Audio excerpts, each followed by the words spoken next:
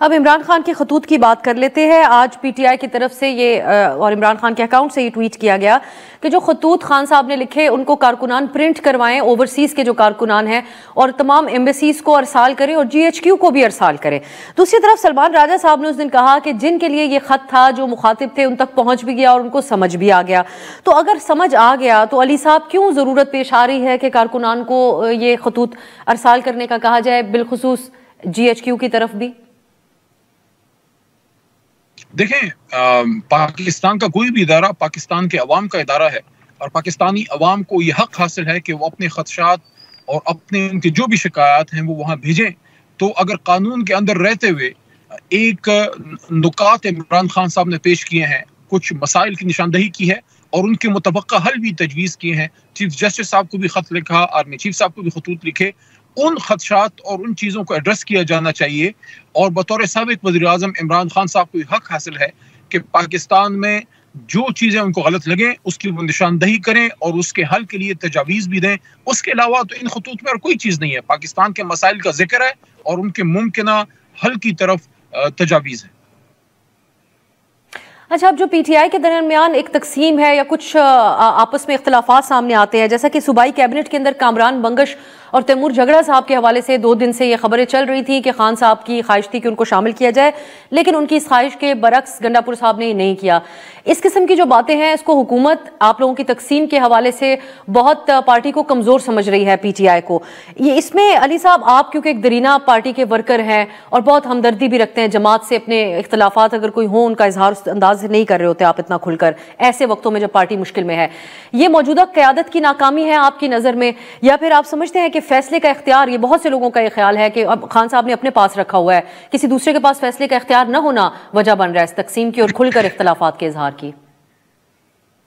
لیکن جہاں تک اس بات کا تعلق ہے کہ تحریک انصاف کمزور ہے تو اس کا اظہار بالکل میں ایگری کرتا ہوں، کمزور ہے تبھی تو حکومت ڈرتی ہے، ان کو ایک کونسل کا جلسہ بھی نہیں کرنے دیتی۔ یہ تو اس فارم 47 حکومت کی عوام میں پذیرائی کی حالت ہے۔ کیا متعلقہ 2 اشخاص جو ہماری انتہائی قریبی دوست بھی ہیں اور سابق وقت میں وہ جب الیکٹ ہوئے تھے بڑا پرفارم بھی کیا تھا، بلکہ فارم 47 کے اس پرفارمنس کی وجہ سے ان کو باہر کیا گیا ہے کہ ان کا سیٹیں وہ جیتے ہیں، لیکن وہاں فارم 47 پہ اور لوگوں کو جو ہے وہ جیت کی نوید سنائی گئی ہے، تو وہ حقدار ہیں کہ ان کو وہ سیٹیں دی جاتی ہیں، وہ بھی پارلیمنٹ میں بیٹھتے، لیکن کیا کابینہ میں بیٹھیں گے، یہ فائنل فیصلہ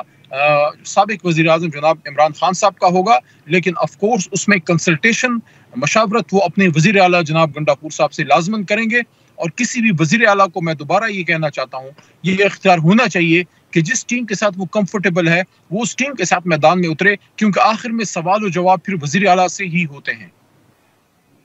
یعنی اگر خان صاحب کا احکامات ہوں بھی لیکن گنڈا پور صاحب کمفرٹیبل نہ سمجھیں تو وہ بے شک ان کے ان احکامات کے اوپر عمل نہ کریں۔ یہ کس نے کہا ہے؟ یہ تو ہو نہیں سکتا۔ اگر عمران خان صاحب نے ایک فیصلہ کر دیا کہ آپ نے کرنا ہے پھر تو وہ ہوگا۔ میں نے آپ کو مشاورت کی بات کی ہے کہ وہ سابق وزیر اعظم اپنے وزیر اعلیٰ سے مشاورت کریں گے۔ ٹھیک ہے، چلیں اب میں حکومت ایک اور چیز آخر میں ضرور آپ سے پوچھنا چاہوں گی۔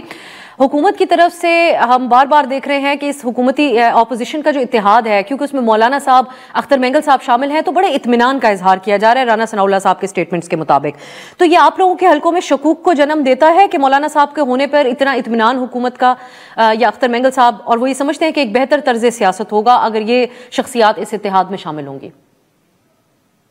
اپوزیشن کے فورم پہ مولانا صاحب کے آنے سے اپوزیشن اتحاد مزید مضبوط ہوگا، تو اپوزیشن اتحاد مضبوط ہونے سے حکومت کو اگر کوئی خوشی ہے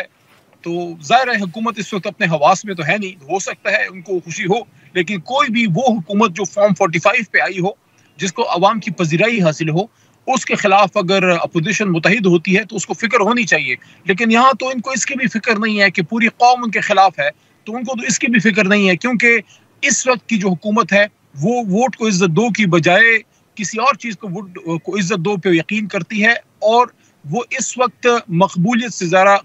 قبولیت پہ یقین رکھتی ہے۔